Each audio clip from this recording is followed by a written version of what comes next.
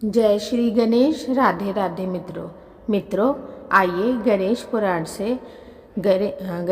से तृतीय खंड का 6 अध्याय शुरू करते हैं।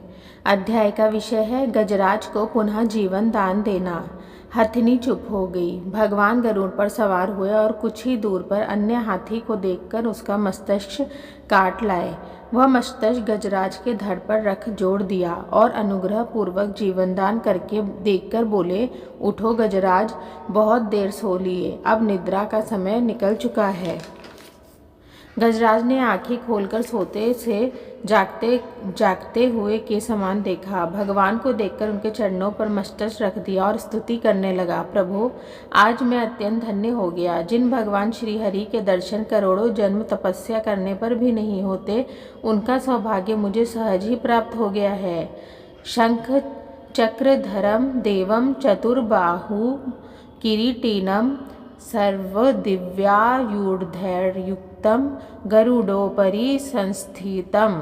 हे नाथ, आप चतुर्भुज, किरीटधारी, शंख चक्र आदि से समन्वित, समस्त दिव्य आयुधों से सुसज्जित तथा गरुड़ पर आरूढ़ होकर गमन करने वाले हैं। आपको मेरा बारंबार नमस्कार है। हे प्रभु, आपने मेरा मस्तक छिन्न किया, यह बड़े सौभाग्य की बात हुई। साक्षात आपके द्वारा मारा जाना तो निश्चय ही मोक्ष रूप परम पुरुषार्थ का कारण होता है।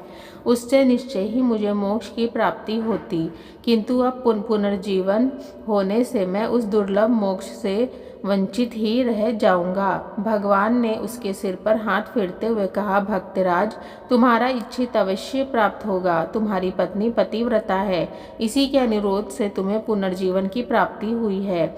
हथिनी ने भगवान की स्तुति की, प्रभु, उस शोकग्रस्त अवस्था में मुझसे जो भूल बन गई हो उसे क्षमा करे।